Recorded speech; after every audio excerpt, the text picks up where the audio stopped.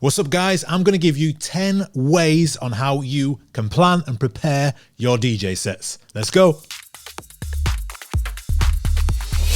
Planning a DJ set can be super important. If you're a beginner DJ, it's going to give you that confidence when you're going to a live environment, when you're going to a gig, that you're prepared, you're ready for anything, and that you're going to go and smash this gig. If you're a DJ that's been DJing a long time, you might just need a fresh approach on planning and preparing a routine or a DJ set, whether that's a live environment or whether that's just something for social media or a mix on Mixcloud. Here are some ideas just to refresh, energize, and get your creative juices flowing. So first things first, we're gonna need some music. And the way we're gonna do that is we're just gonna listen to music everywhere you are. We're all member of some kind of streaming platform, whether that's Spotify, Apple Music, Amazon Music. I love to use Shazam if I'm in the car, listen to the radio, just on my Apple Watch or on your phone. Whip out Shazam, press Shazam and listen to the new tracks. I also love going and listening to DJ sets online, trying to find the track lists. So just the more music you can listen to and consume, the better your music taste is and understanding of music. And then we're going to be able to go and search for that music and start to build our DJ catalog. So once we've listened to music and we've consumed a load of music, we're going to start building our DJ catalog. That means either downloading, buying, or streaming music within our DJ software. So for this, you're going to be using DJ pools like BPM Supreme or DJ City or Zip DJ or Digital Music Pool. Or you can buy music from tracks from something like beatport.com. If you're an electronic dance music DJ, that's definitely the place you're going to be sourcing music. Or you're going to be streaming either through BeatSource Link, Tidal, and you're just going to start creating a catalog of music. So if you're downloading music, you're going to be importing them into your chosen software, your platform, Serato, Traktor, Rekordbox, Engine Prime. Once you've downloaded your music and dragged them into a folder, your software is going to analyze that music. It's going to give us some key information, helping us to create and plan a DJ set. So things like track listing, key of the song, artist, length, BPM, etc. Once we have some music in our libraries, in our DJ softwares, the next thing we're going to do is set some cue points. So a cue point is just a marker that you set in the track that can be triggered anytime. You can do this on your controller. You can also do it inside of your software. What I'd suggest initially is setting the first two cue points, one on the intro of the track and another one on the outro of the track. Now you can get as creative as you want. You can set up to 8 cue points. So all you need to do is, we're at the beginning of this track here. It's got no cue points at the minute, so I'm just going to press my first cue point on the first drum beat of the track. So this is just the intro of the track.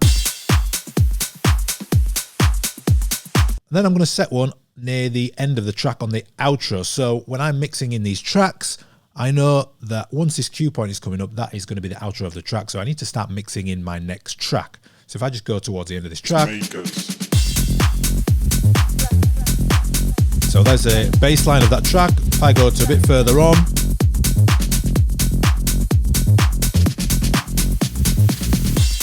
so all the bass line gets taken out there, it's just the drums.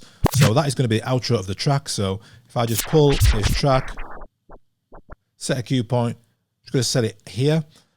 And then I'm going to rename these tracks. So in Serato, I'm just going to double click and press intro, enter, double click and press outro. Inside of Rekordbox, it's the exact same process. So I'm going to set a cue point on the beginning of this track, Stay With Me. Just pressing play. So as you can hear, that's the intro of the track. If I just skip towards near the end, press play.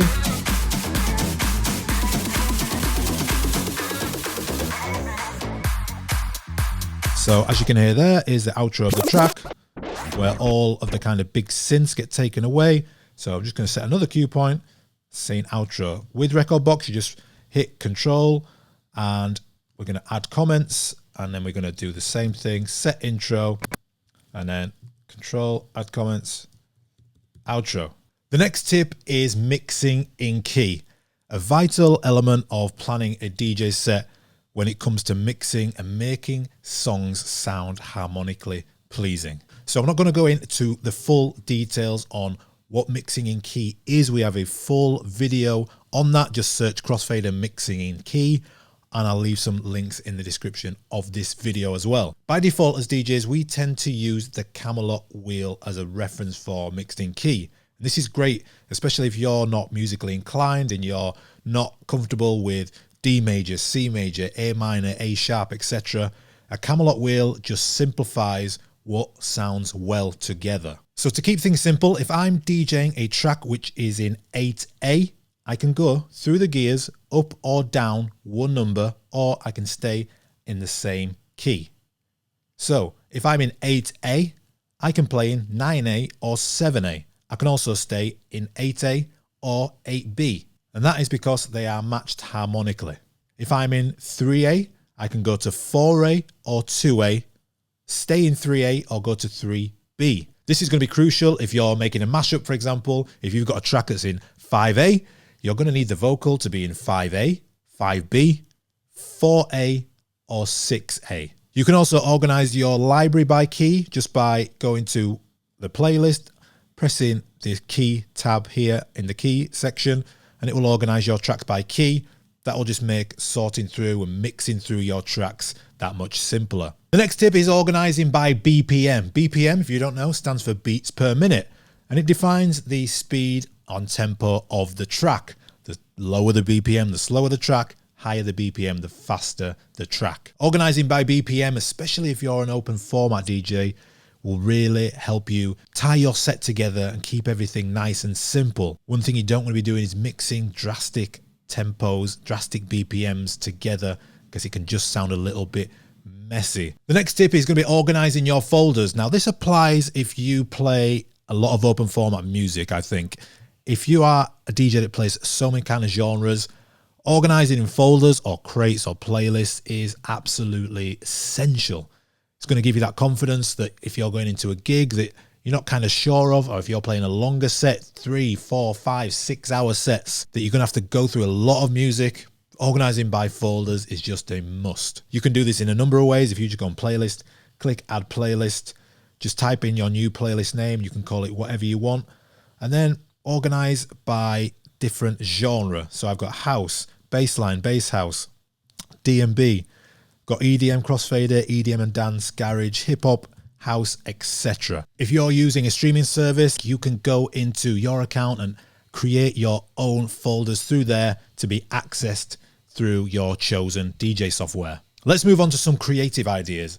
Think about finding remixes of the same track. This can really help you spark some creativity in a DJ set.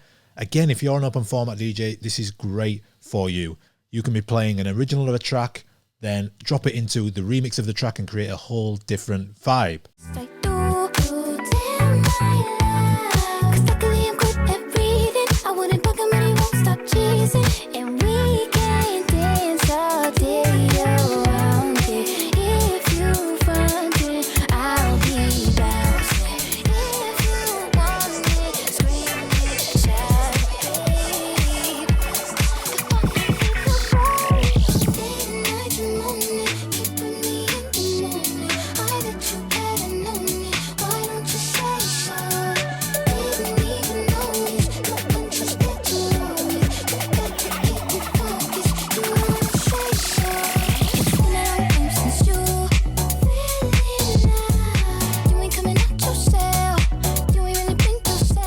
As you can see there from the example, I'm playing the original track, which is just your commercial pop radio track, mixing it into a kind of deep house vibe, and then the whole kind of mix has a different feel to it.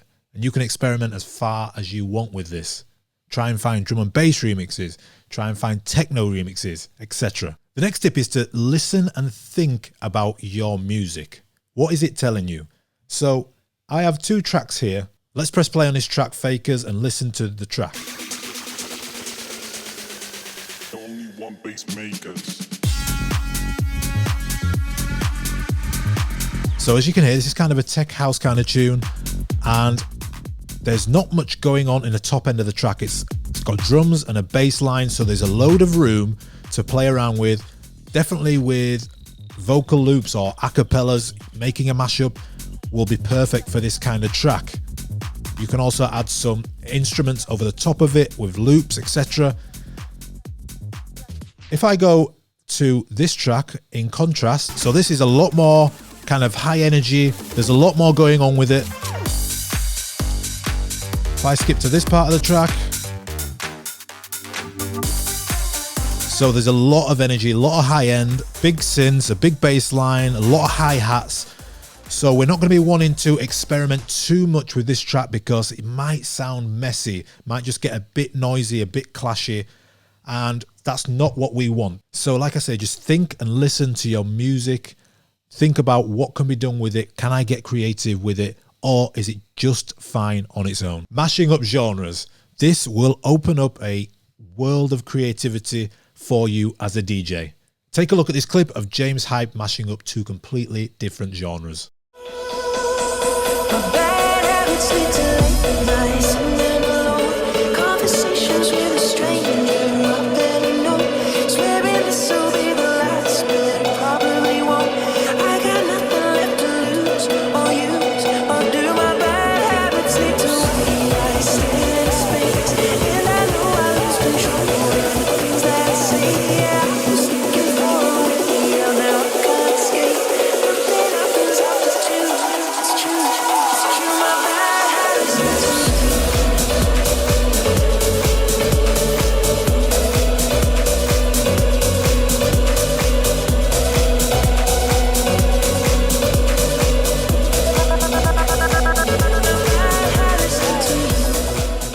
As you can see from that clip there, James is a world-renowned house DJ, but he uses so many acapellas from different genres to freshen up and make his DJ set sound original. Finally, tip number 10 is performance features.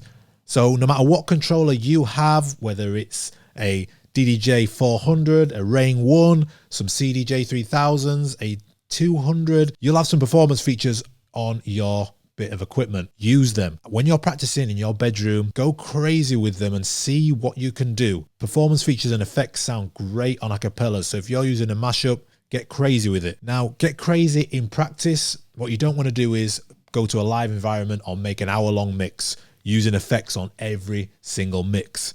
That's just going to sound overkill. When you're practicing and experimenting, you're going to want to go a little bit overkill just to see if you can find the sweet spot on a certain track, on a certain mix, and figure out your own kind of style using loops, using the trans effect, using the break effect.